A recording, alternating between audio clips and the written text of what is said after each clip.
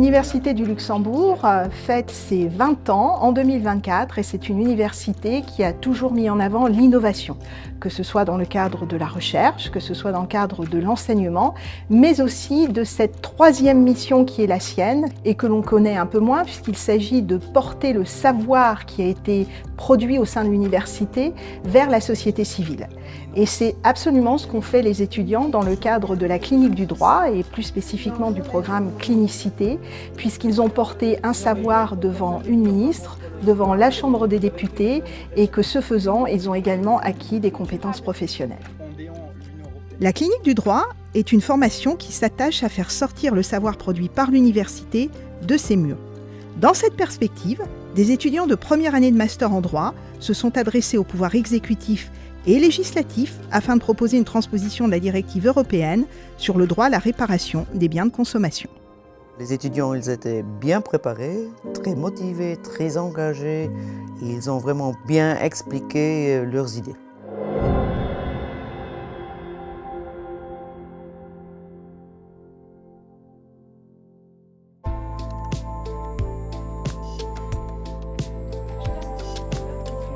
Cette directive met en place la possibilité d'avoir un certain nombre de biens, notamment les machines à laver, les frigos, les téléphones portables, réparés quand ils tombent en panne et qu'ils ne sont plus couverts par la garantie de conformité.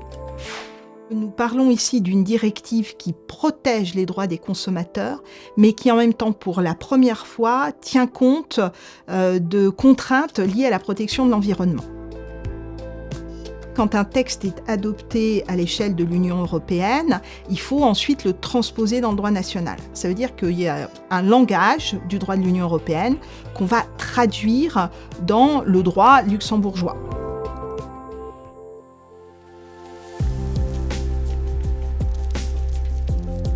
On a donné la possibilité à nos étudiants d'abord de comprendre ce qu'est le processus législatif européen. Ça, c'était les cours de Monsieur Allemand.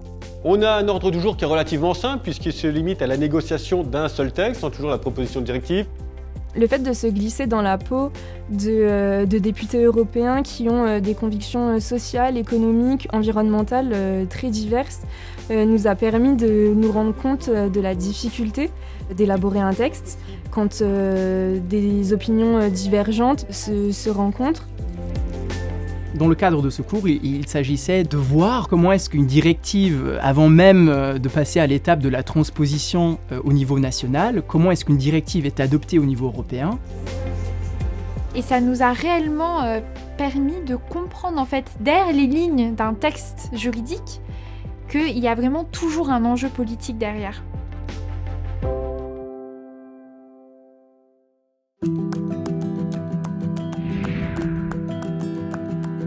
Aujourd'hui, on a un programme chargé. La directive européenne, c'est un texte qui souvent est complexe, qui la plupart du temps est difficile à lire. Transposer un texte, c'est pas si aisé que ça. Ça demande aussi de la rigueur et un travail de lecture analytique assez fastidieux. Il a fallu que les étudiants soient aussi capables de travailler sur un texte qu'il faut traduire dans le droit national, en respectant l'esprit et en même temps en insufflant une certaine vision qui était la leur et qui était celle d'une grande conviction de la protection de l'environnement. On avait vraiment un point qui nous tenait à cœur et sur lequel on a beaucoup débattu.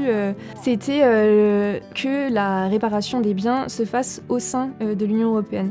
Puisque selon nous, si on ne respectait pas ce point-là, on irait à l'encontre finalement de l'esprit de la directive qui était vraiment de pouvoir allier marché économique, protection des consommateurs et la mise en place de mesures de protection de l'environnement. Pendant les cours, on les voyait discuter entre eux. Il y avait un terme qu'ils avaient entendu, un point qu'ils voulaient retravailler. Ils reprenaient les textes. Donc ça a été vraiment un très très grand plaisir de les voir travailler sur ce thème parce qu'ils s'en sont emparés et ils en ont fait quelque chose que je trouve magnifique.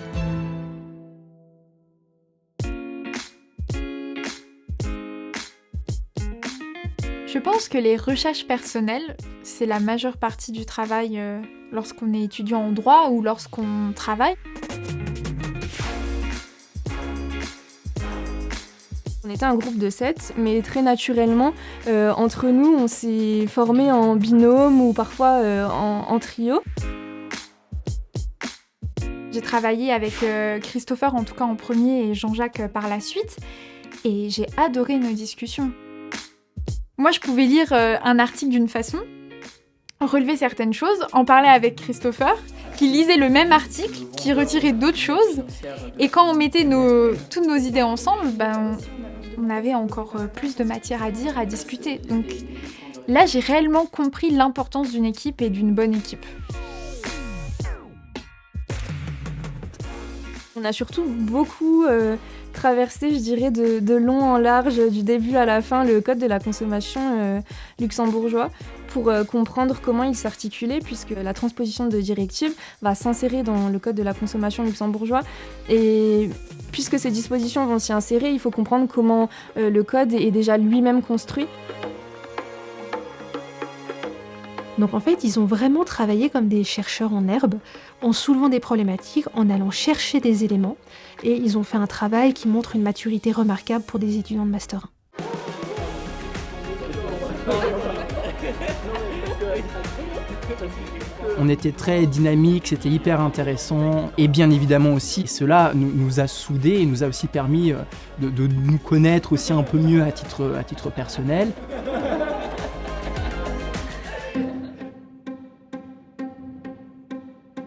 Donc l'idée de la séance d'aujourd'hui, c'est de vous envoyer au pupitre. Est-ce que vous vous sentez suffisamment maîtriser la question, ce qui permettrait de faire une répétition? On a fait plusieurs répétitions pour retravailler un petit peu certains points, s'assurer que le discours était fluide. Sur le semestre, ils ont appris à sélectionner ce qui était important, à le synthétiser et à le transmettre d'une manière qui soit à la fois intelligente et attrayante pour le public. Et ça, je trouve que c'est pas forcément quelque chose qu'on apprend sur les bancs de l'école ou dans les facultés. Par exemple, un agriculteur ne va pas pouvoir être protégé puisqu'il ne va pas rentrer dans la définition. Je suis en train de m'en mêler. En fait, vous êtes en train de dire le contraire. Je suis en train de dire le contraire. C'est le contraire, mais c'est pas grave, c'est pas grave. On reprend. Je me vois encore au premier cours et maintenant, il n'y a plus rien à voir du tout. Du point de vue de la communication, il y a eu une évolution incroyable. Les séances de répétition étaient vraiment nécessaires. On en a fait, je pense, peut-être 4 ou 5 pour nous perfectionner le plus possible jusqu'au jour J.